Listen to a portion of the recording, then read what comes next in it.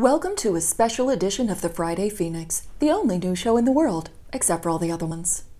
So, a war broke out, and our job at the show is to make jokes about stuff so that it's a little bit easier to bear, but there are days like today where it's not so easy.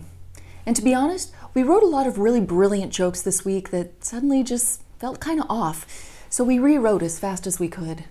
We're going to do our best here, but our thoughts are with the Ukrainian people and with one of our writers who's about 3 hours away from the Russian border right now. So, let's get into it. Vladimir Putin couldn't hold it in any longer and decided he just had to go ahead and invade Ukraine. It's easy to see why that had to happen right now, because we're starting to get past Omicron, and Vlad thought we might get bored without a worldwide crisis to keep us busy. Idle hands and all that. The UN held an emergency meeting to try and avoid war, but the meeting was interrupted by Putin announcing the invasion.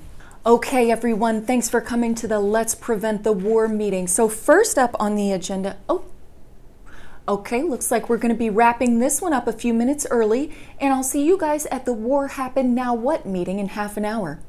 Suzanne, could we get these bagels moved to the other conference room? Pretty much everyone thinks this invasion is a bad idea, including the members of the G7, the countries who are not in the G7, anyone who has anything to do with global finance, and most interestingly, Russians. That's right, Putin's own citizens were protesting the invasion of Ukraine.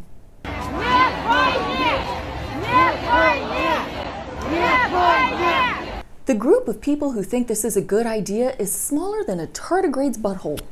But there's one guy who does think this is a good idea besides Putin, and that's Donald Trump, who had this to say about it. He's taken over a country for $2 worth of sanctions. I'd say that's pretty smart.